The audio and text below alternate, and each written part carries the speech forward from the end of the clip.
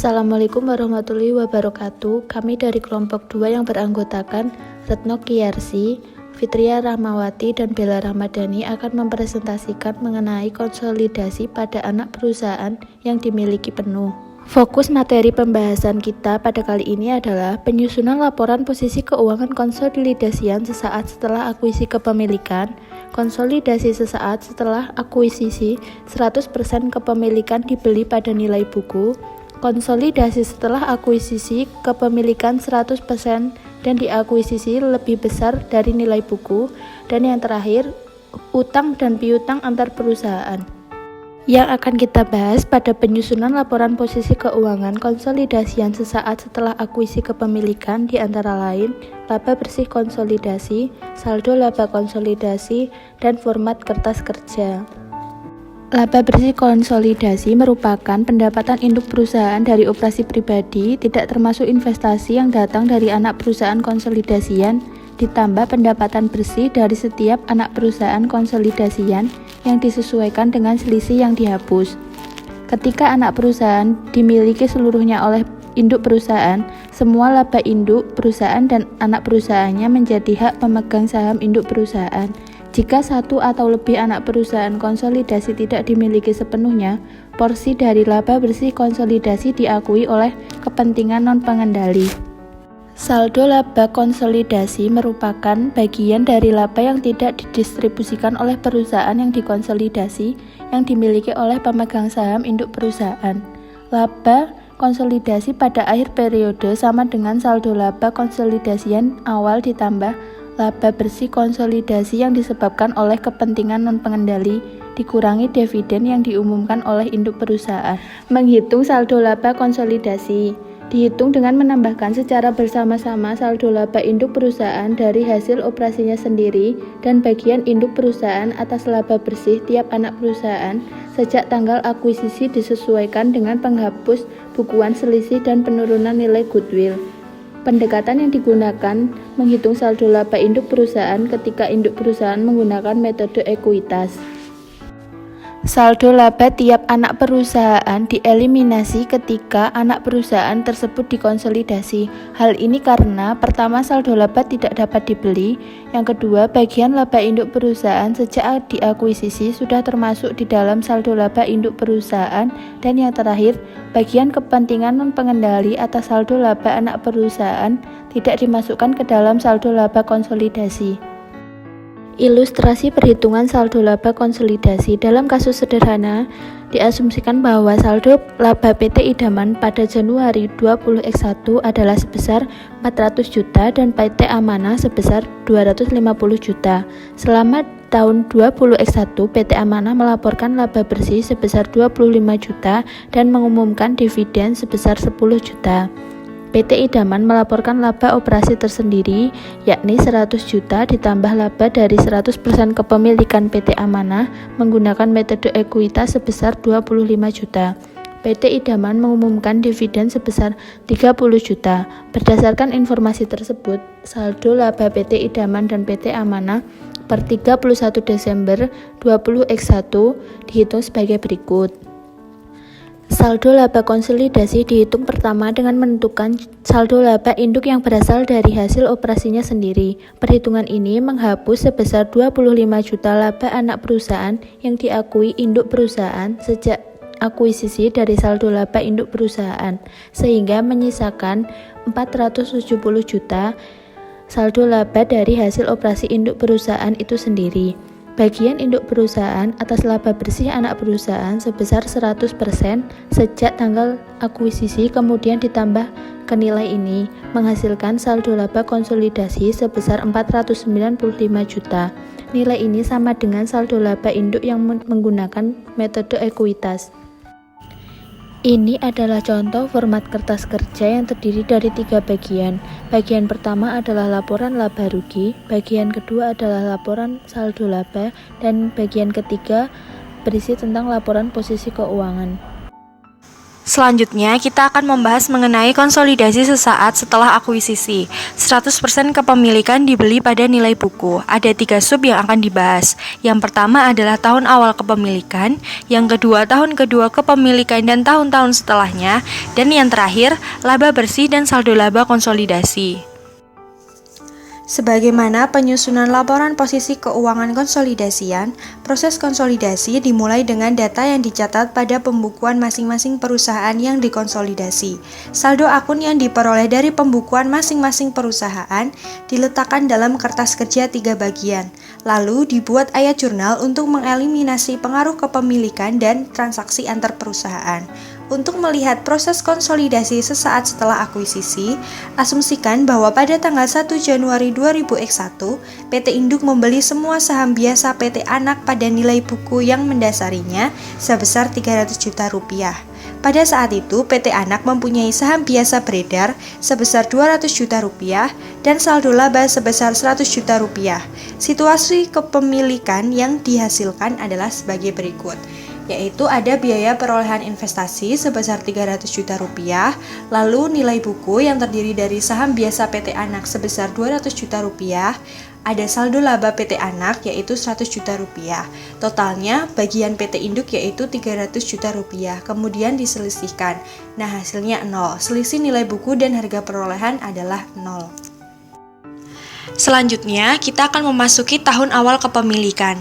Pada tanggal 1 Januari 2001, PT Induk mencatat pembelian saham biasa PT Anak dengan ayat jurnal sebagai berikut, yaitu mendebit investasi pada saham PT Anak dan mengkredit kas masing-masing sebesar Rp300 juta.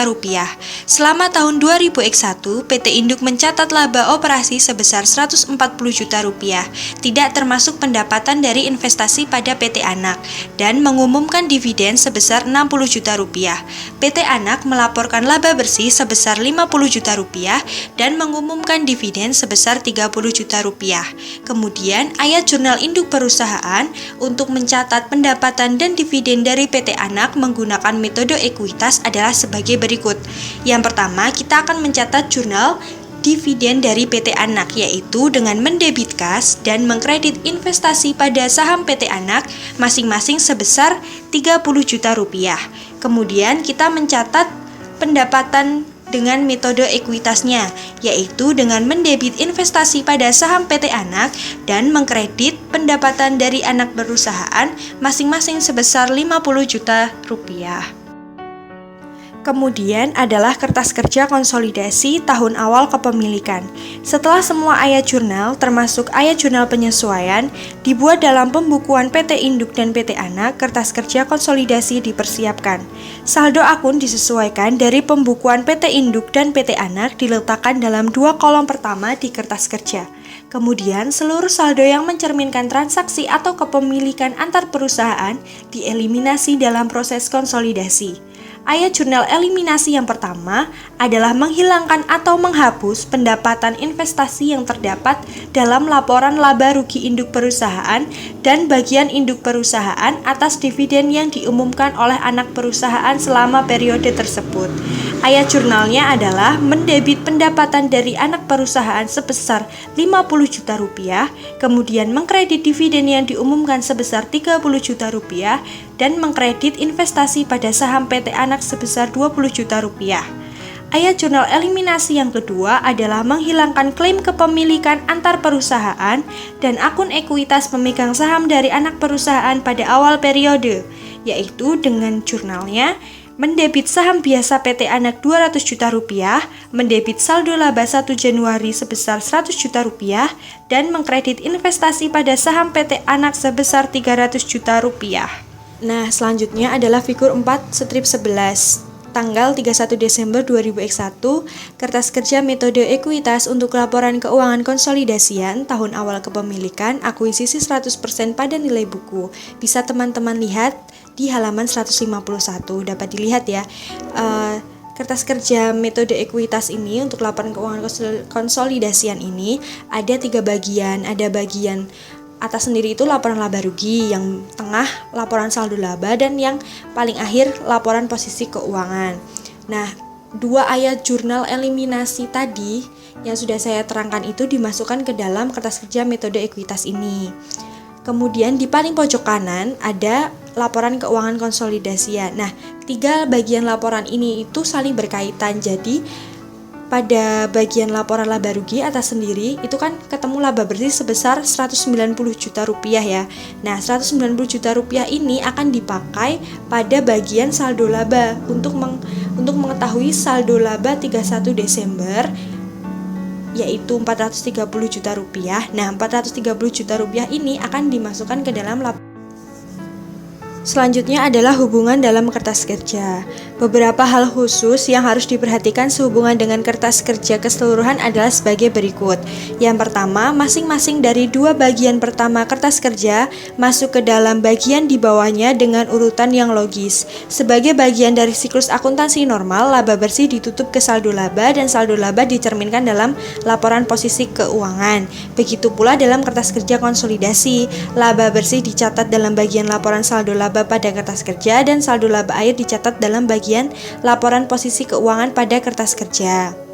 Yang kedua, pembukuan berpasangan mengharuskan total debit sama dengan total kredit untuk setiap ayat jurnal eliminasi dan untuk kertas kerja secara keseluruhan. Namun, karena beberapa ayat jurnal eliminasi diteruskan ke lebih dari 1 bagian kertas kerja, maka total debit dan total kredit kemungkinan tidak akan sama pada kedua bagian pertama kertas kerja.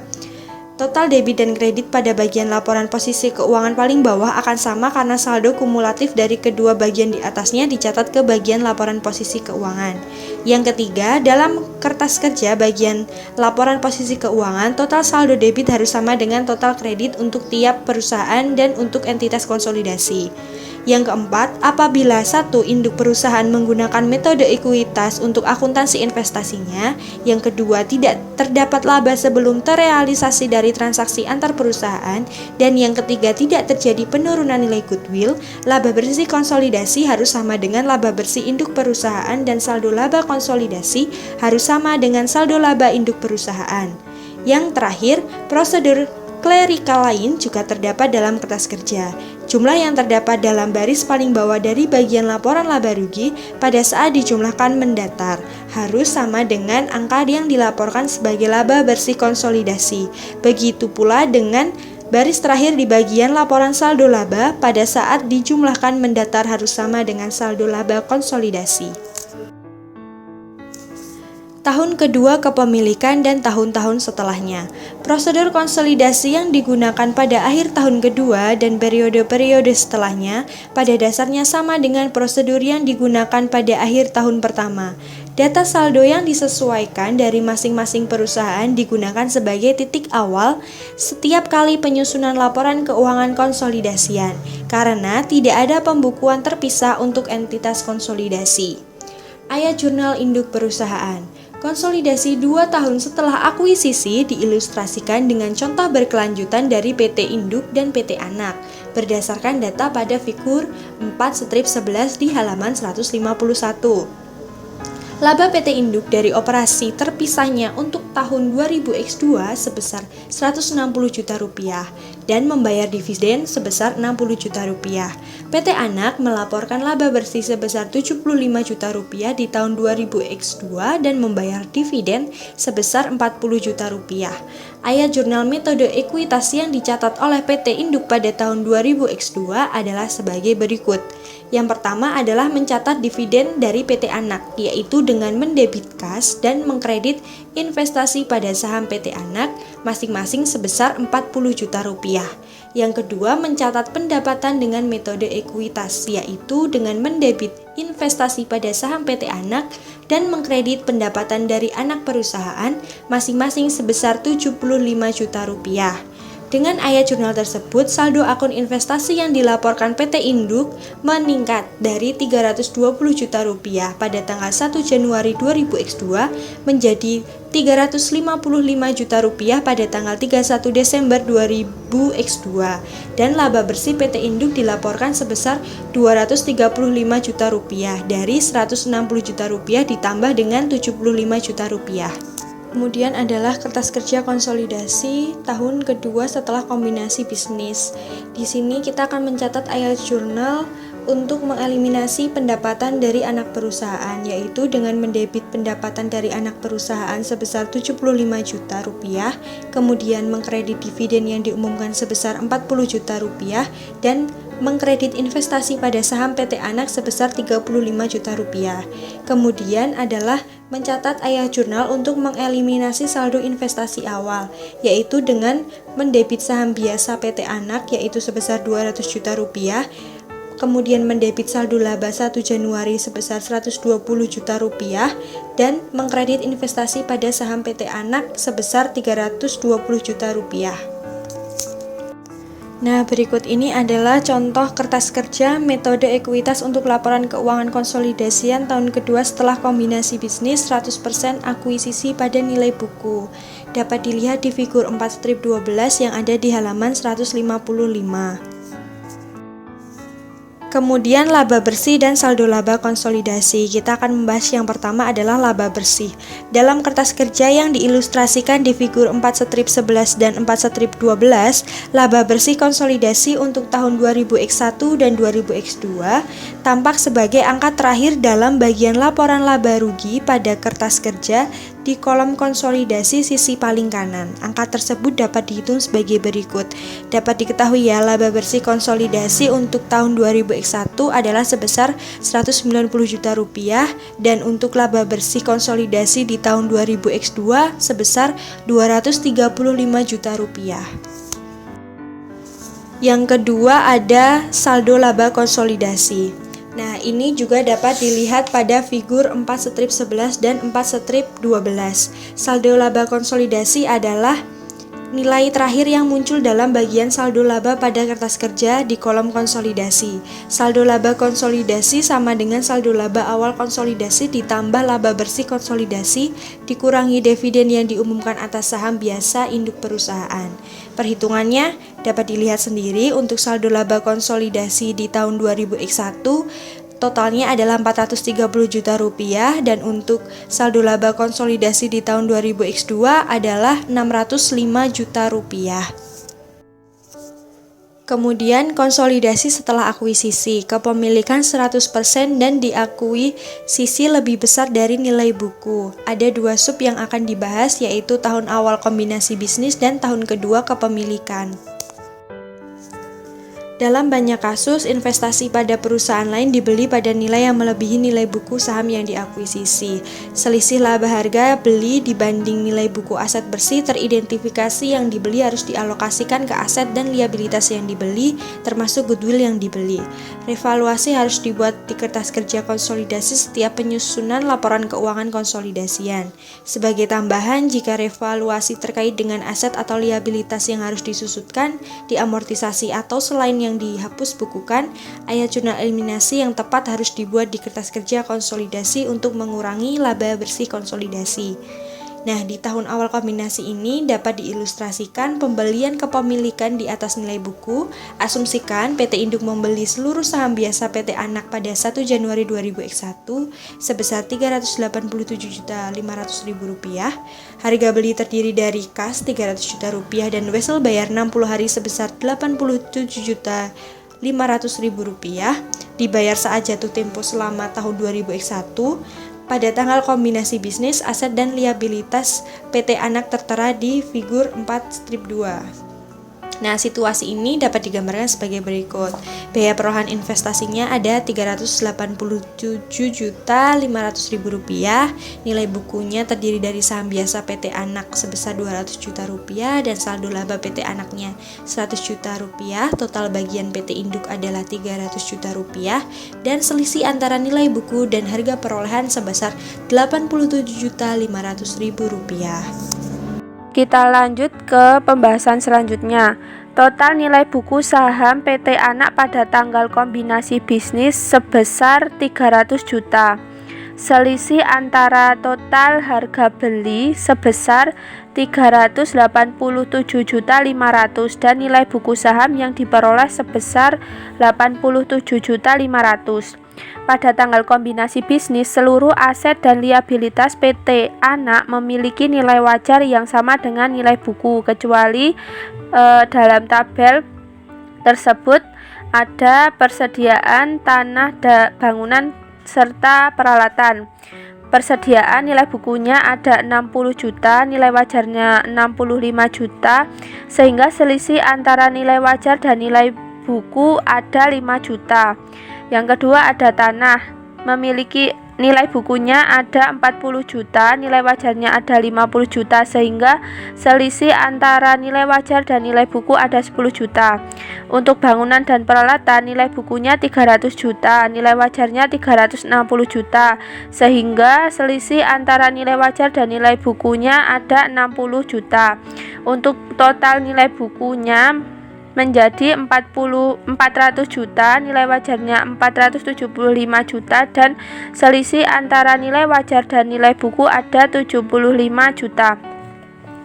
Dari total selisih 87 juta 500 ribu itu sebesar 75 juta yang merupakan selisih lebih nilai wajar di atas nilai buku aset bersih yang dapat diidentifikasi diperoleh dari nilai wajar aset bersih yang dapat diidentifikasi sebesar 375 juta dikurangi dengan nilai buku aset bersih yang dapat diidentifikasi sebesar 300 juta. Nah, ketemu kan 75 juta. Nah, itu tuh terkait dengan aset teridentifikasi PT Anak. Untuk selanjutnya yang sisanya 12.500.000 itu merupakan selisih lebih biaya perolehan di atas nilai wajar aset bersih yang dapat diidentifikasi. Nah, itu berasal dari pengurangan biaya perolehan investasi sebesar 387.500.000 dikurangi dengan nilai wajar aset bersih yang dapat diidentifikasi sebesar 375 juta. Ketemu 12.500.000 itu akan dialokasikan sebagai goodwill. Untuk seluruh persediaan yang terkait dengan selisih telah terjual selama tahun 2011. Tidak ada yang tersisa di saldo akhir persediaan. Gedung dan peralatan memiliki sisa masa ekonomi sebesar 10 tahun sejak tanggal kombinasi bisnis. Metode penyusutan yang digunakan yaitu garis lurus. Goodwill memiliki masa ekonomis 5 tahun. Untuk tahun pertama setelah tanggal kombinasi bisnis, PT Induk memperoleh laba bersih dari hasil operasinya sendiri sebesar 140 juta dan membayar dividen sebesar 60 juta. PT Anak melaporkan laba bersih sebesar 50 juta dan membayar dividen sebesar 30 juta. Sehingga ayat jurnal induk perusahaan selama tahun 2011 itu PT Induk mencatat pendapatan dividen dari PT Anak menggunakan metode ekuitas dengan mencatat dividen dari PT Anak. Investasi pada saham PT Anak sebesar 387.500.000 di debit, kas sebesar 300 juta di kredit, wesel bayar sebesar 87.500.000 di kredit.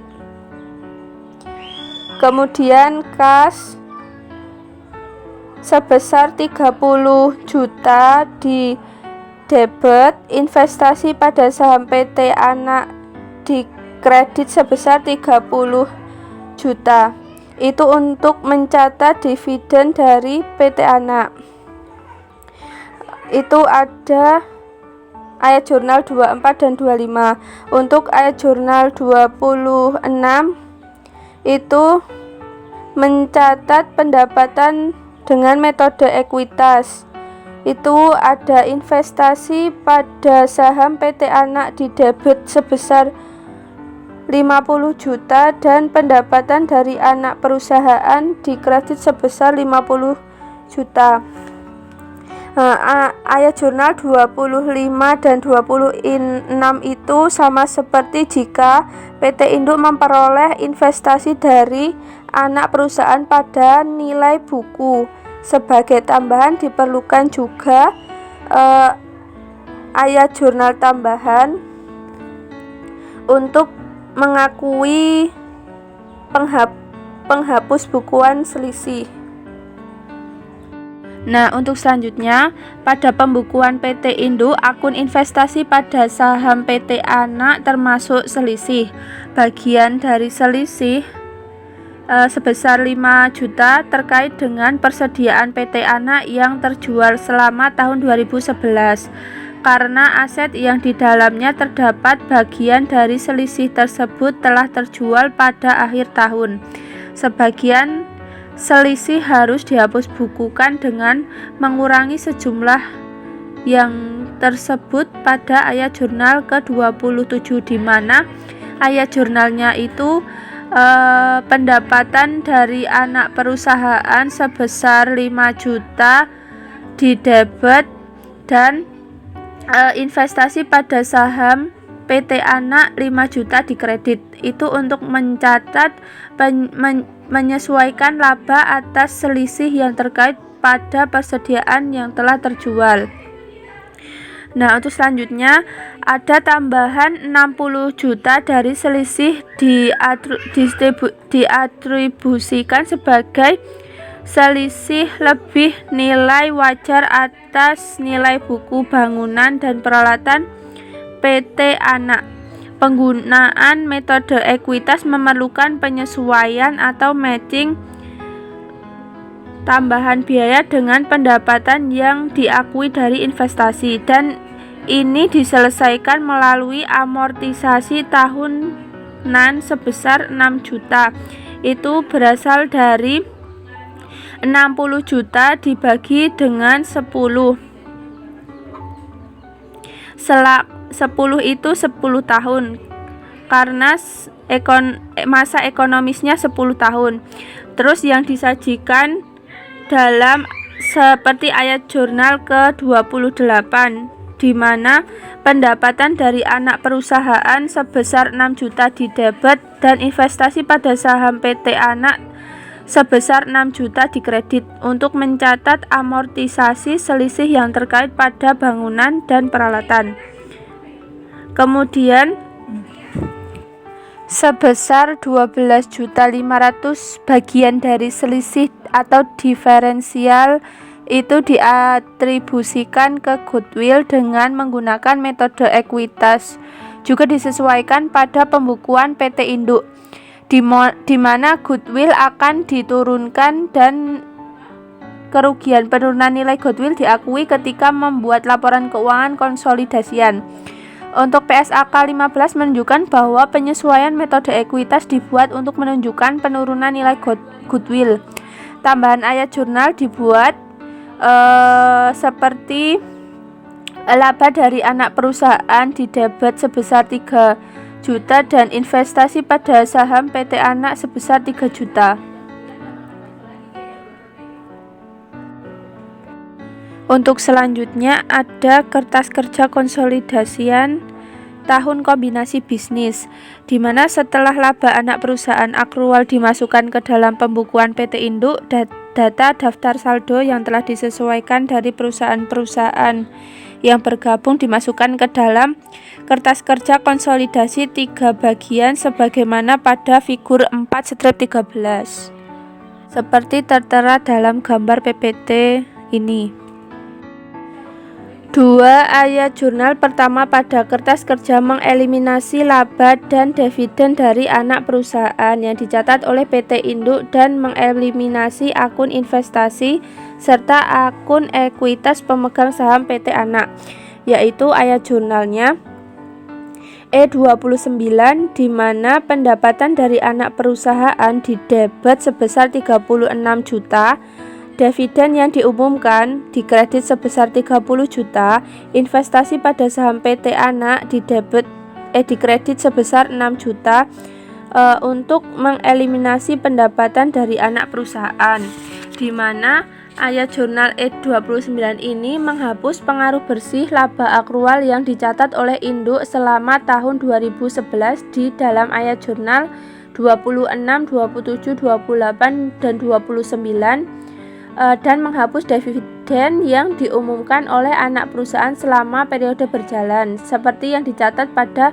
ayat jurnal yang ke-25.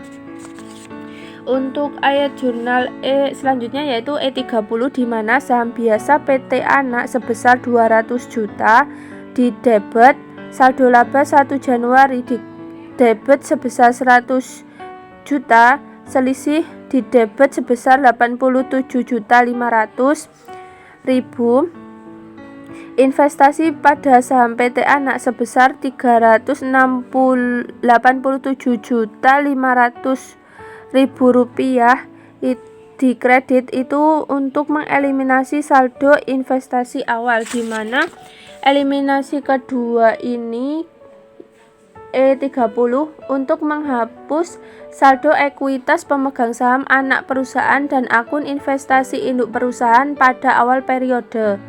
Karena harga beli investasi melebihi nilai buku, selisih pembelian muncul sebagai penyeimbang dalam ayat jurnal ini, yaitu untuk merepresentasikan jumlah yang belum diamortisasi pada awal periode.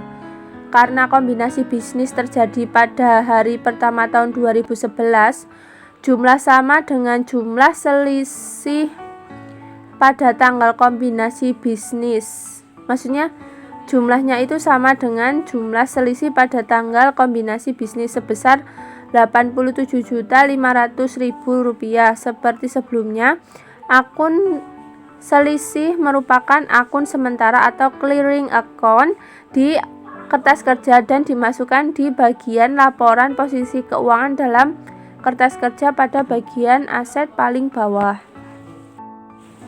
3. Ayat jurnal eliminasi tambahan diperlukan dalam kertas kerja figur 4-14 dalam slide selanjutnya mengenai laba bersih dan saldo laba konsolidasi 2011. 100% pembelian lebih besar dari nilai buku untuk mengalokasikan dan menurunkan nilai selisih, yaitu pada ayat jurnal E31 mengalokasikan nilai awal selisih ke akun-akun aset dan beban yang tepat berdasarkan selisih dengan nilai wajar yang dihitung sebelumnya. Karena seluruh persediaan yang dimiliki pada tanggal kombinasi bisnis sudah terjual selama tahun berjalan sebesar 5 juta, selisih yang terkait dengan persediaan tersebut dialokasikan langsung ke beban pokok penjualan. Sehingga beban pokok penjualan yang dicatat dalam pembukuan PT Anak sudah benar untuk laporan keuangan sebagai perusahaan tersendiri. Namun biaya persediaan untuk entitas konsolidasi dipandang sebesar 5 juta lebih tinggi, dan tambahan biaya ini termasuk ke dalam beban harga pokok persediaan konsolidasian. Tidak ada lagi ayat jurnal kertas kerja yang perlu dibuat di masa datang terkait dengan persediaan, karena persediaan telah dibebankan dan tidak ada lagi di pembukuan anak perusahaan.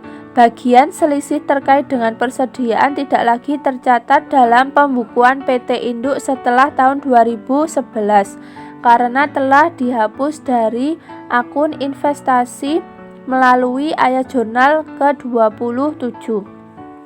Sehingga ayat jurnal E31 dicatat sebagai di mana beban pokok penjualan di debit sebesar 5 juta, tanah di debit sebesar 10 juta, bangunan dan peralatan di debit sebesar 60 juta, goodwill di debit sebesar 12.500.000 dan selisih itu dikredit sebesar 87.500.000 untuk mencatat pengalokasian selisih awal.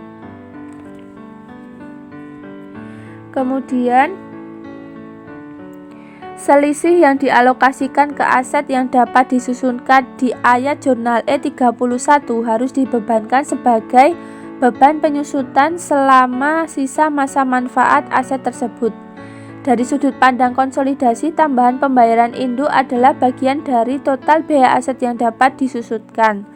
Penyusutan sudah dicatat di pembukuan anak berdasarkan biaya awal aset di anak perusahaan.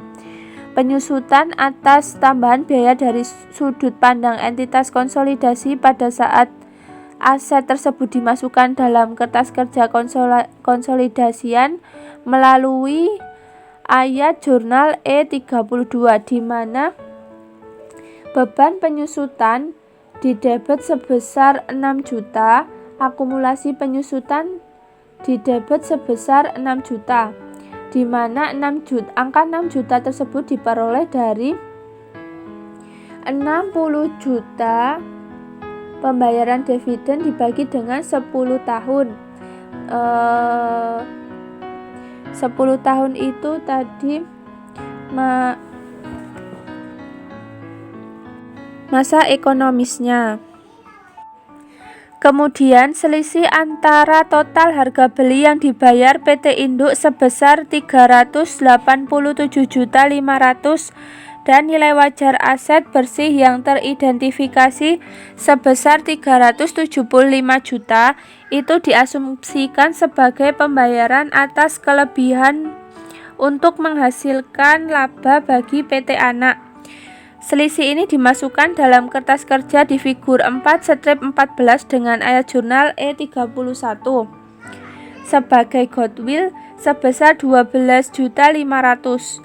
Untuk amortisasi atas goodwill sebesar 3 juta itu diakui di ayat jurnal E33, di mana ayat jurnalnya itu ada kerugian penurunan nilai goodwill di debit sebesar 3 juta dan goodwill sebesar 3 juta di kredit untuk mencatat penurunan goodwill untuk penurunan nilai.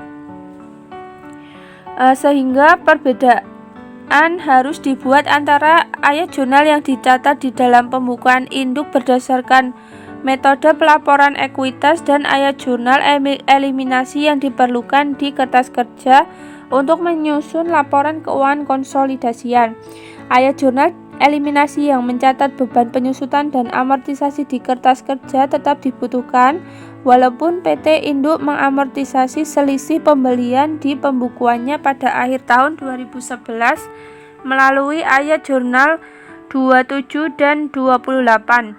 Untuk ayat jurnal di pembukuan PT Induk tersebut mengubah saldo di akun investasi dan jumlah pendapatan yang diakui dari PT Anak. Namun kedua saldo akun tersebut dieliminasi dalam proses konsolidasi sehingga menghapus pengaruh dari ayat jurnal 2728 atas total konsolidasian. Konsekuensinya yaitu laba konsolidasi tidak mencerminkan amortisasi atas selisih tersebut kecuali ayat jurnal ke-31 dan 32 akan dibuat. Setelah seluruh ayat jurnal eliminasi dimasukkan dalam kertas kerja konsolidasi di figur 4/14, kertas kerja diselesaikan dengan menjumlahkan tiap baris dengan memperhatikan pengaruh debit dan kredit dalam eliminasi. Kemudian laba bersih dan saldo laba konsolidasi, di mana seperti yang dapat dilihat di kertas kerja, laba bersih konsolidasi tahun 2011 adalah sebesar 176.500.000 dan saldo laba konsolidasi per 31 Desember 2011 sebesar 416.500.000. Nilai ini dapat dihitung seperti yang telah ditunjukkan pada figur 4/14 tentang laba bersih dan saldo laba konsolidasi 2011. 100% pembelian lebih besar dari nilai buku. Diperhatikan bahwa laba bersih dan saldo laba konsolidasi berkurang oleh penghapus bukuan selisih pembelian dan penurunan nilai goodwill. Kemudian di tahun kedua kepemilikan, prosedur konsolidasi yang digunakan pada akhir tahun kedua dan di periode-periode selanjutnya pada dasarnya sama dengan prosedur yang digunakan pada akhir tahun pertama. Konsolidasi 2 tahun setelah akuisisi diilustrasikan dengan Melanjutkan contoh yang digunakan untuk tahun 2011.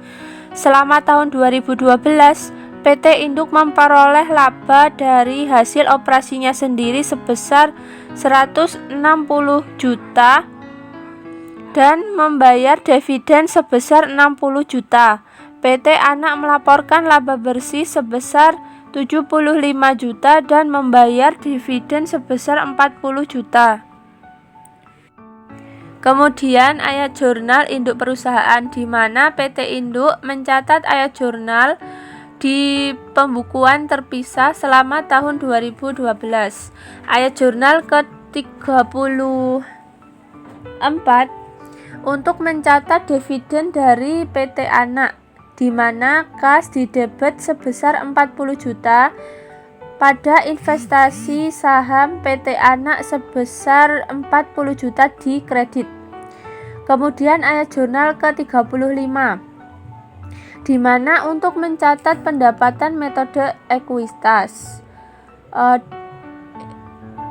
Pencatatannya menjadi investasi pada saham PT Anak sebesar 75 juta di debit dan pendapatan dari anak perusahaan sebesar 75 juta di kredit. Ayat jurnal ke-36 untuk mencatat amortisasi 2012 dari selisih yang berhubungan dengan bangunan dan peralatan sama dengan ayat jurnal ke-28 yang dicatat PT Induk di tahun 2011 karena menggunakan metode garis lurus. Sehingga perubahan akun investasi induk perusahaan pada tahun 2011 dan 2012 dapat diringkas pada tabel di PPT tersebut.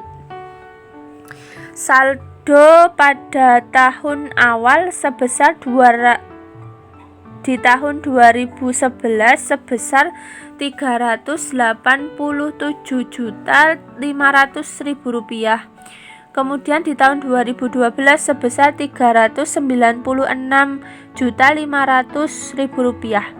Kemudian pendapatan dari anak perusahaan terdiri dari 3, ada laba anak perusahaan yang diakui oleh induk, ada penghapus bukuan selisih persediaan yang telah terjual, ada amortisasi selisih terkait dengan bangunan dan peralatan. Untuk laba anak perusahaan yang diakui oleh induk tahun 2011 sebesar 50 juta, tahun 2012 sebesar 75 juta. Untuk penghapus bukuan selisih persediaan yang telah terjual tahun 2011 sebesar 5 juta, tahun 2012 tidak ada. Kemudian amortisasi selisih terkait dengan bangunan dan peralatan tahun 2011 sebesar 6 juta, tahun 2012 sebesar 6 juta sama. Kemudian jadi total pendapatan dari anak perusahaan tahun 2011 sebesar 39 juta. Total pendapatan dari anak perusahaan tahun 2012 sebesar 69 juta. Kemudian hal tersebut dikurangi dengan dividen yang diterima dari anak perusahaan sebesar 30 juta di tahun 2011 dan 40 juta di tahun 2012, sehingga saldo akhir tahun didapat sebesar 396.500.000 rupiah untuk tahun 2011 dan 425.500.000 rupiah untuk tahun 2012. Selanjutnya, kertas kerja konsolidasian tahun kedua setelah kombinasi bisnis. Kertas kerja untuk menyusun satu set laporan keuangan konsolidasian tahun 2012 diilustrasikan sebagaimana pada figur 4 step 16. Pada tanggal 31 Desember 2012, kertas kerja metode ekuitas untuk laporan keuangan konsolidasian tahun kedua setelah kombinasi bisnis, di mana diakuisisi penuh atau 100% di atas nilai buku. Untuk ayat-ayat jurnal eliminasi pada akhir tahun 2012 sama dengan pada akhir tahun 2011. Ayat jurnal pertama di kertas kerja E37 yaitu untuk mengeliminasi laba PT Induk dari PT Anak dan dividen PT Anak tahun 2012. Ayat jurnalnya yaitu pendapatan dari anak perusahaan sebesar 60 juta dikredit, kemudian dividen yang diumumkan sebesar 40 juta dikredit, kemudian investasi pada saham PT Anak sebesar 29 juta dikredit. Kredit bersih akun investasi sebesar Rp26.500.000 menunjukkan peningkatan saldo akun selama periode berjalan dan membuat nilai saldo akun kembali ke nilai 1 Januari 2012. Ayat jurnal E38 menghapus saldo ekuitas pemegang saham anak perusahaan dan akun investasi induk perusahaan pada awal periode. Jurnalnya yaitu saham biasa PT Anak di debit sebesar 200 juta, saldo laba 1 Januari di debit sebesar 120 juta, selisih di debit sebesar Rp73.500.000, investasi pada saham PT Anak di kredit sebesar Rp393.500.000. Secara bersamaan, ayat jurnal E37 dan 38 menghapus keseluruhan saldo akun investasi induk perusahaan. Ayat jurnal E38 juga memunculkan saldo awal selisih pembelian tahun 2012. Selisih pada awal 2011 saat tanggal kombinasi bisnis sebesar Rp87.500.000 berkurang oleh sejumlah penghapus bukuan selama tahun 2011. Selama tahun 2011 pula, PT Induk menghapus bukukan sebesar 5 juta selisih terkait dengan persediaan yang terjual di tahun 2011 dan amortisasi selisih sebesar 6 juta terkait dengan bangunan dan peralatan serta 2.500.000 terkait dengan goodwill, sehingga saldo selisih sebelum diamortisasi pada awal 2012 sebesar Rp73.500.000 itu berasal dari Rp87.500.000 dikurangi dengan 5 juta dikurangi dengan 6 juta dikurangi dengan 3 juta rupiah. Dalam kertas kerja, alokasi selisih pembelian tahun 2012 berbeda dari alokasi pada tahun pertama, dikarenakan oleh yang pertama, tidak ada alokasi yang dibuat untuk persediaan atau beban pokok penjualan. Yang kedua, akumulasi penyusutan harus dimasukkan dalam kertas kerja untuk menunjukkan tambahan penyusutan atas bangunan dan peralatan pada kertas kerja konsolidasi tahun 2011. Seharusnya hal ini menjadi bagian dari total konsolidasi 2012, namun tidak secara otomatis dicatat ke depan dari kertas kerja tahun sebelumnya. Yang ketiga yaitu penyesuaian atas penurunan nilai goodwill. Adapun ayat jurnal E39 mengalokasikan selisih pembelian pada 1 Januari 2012.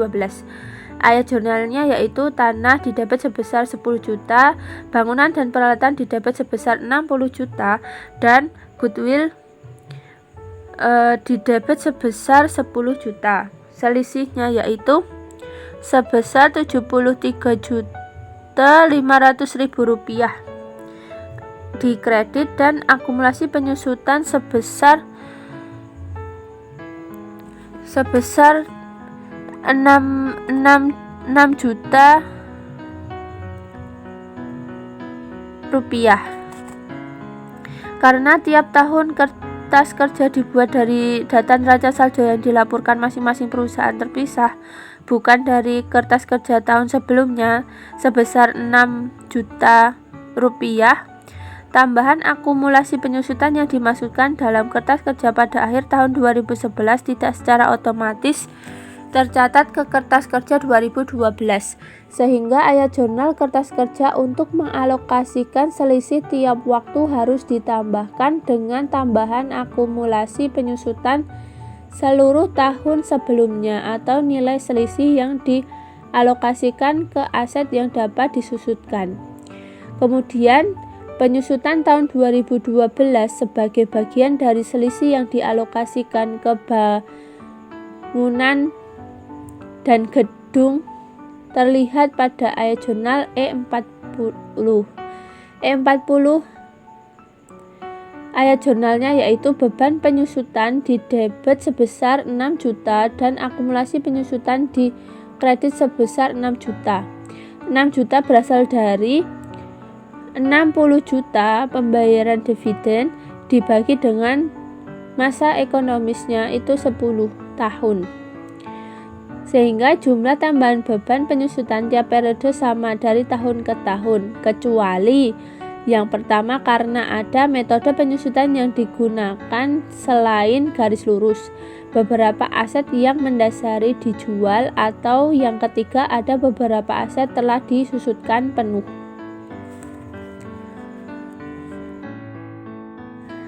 Kemudian untuk laba bersih dan saldo laba konsolidasi, perhitungan laba penuh dan saldo laba konsolidasi akhir tahun 2012 dapat dihitung seperti pada figur 4/16, di mana laba bersih dan saldo laba konsolidasi 2012 100% pembelian lebih besar dari nilai buku.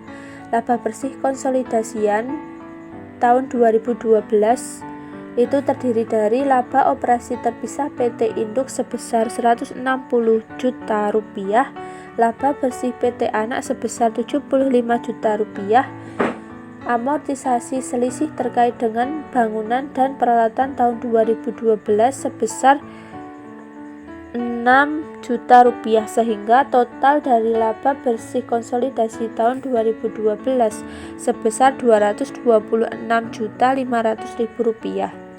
Kemudian saldo laba konsolidasi tahun tanggal 31 Desember 2012 yaitu terdiri dari saldo laba konsolidasi tanggal 31 Desember 2011 sebesar 416.500.000 rupiah, laba operasi terpisah PT Induk tahun 2012 sebesar 160 juta rupiah, laba bersih PT Anak tahun 2012 sebesar 75 juta rupiah, amortisasi diferensial terkait dengan bangunan dan peralatan tahun 2012 sebesar 6 juta rupiah, dividen yang diumumkan PT Induk tahun 2012 sebesar 60 juta rupiah, sehingga saldo laba konsolidasi per tanggal 31 Desember 2012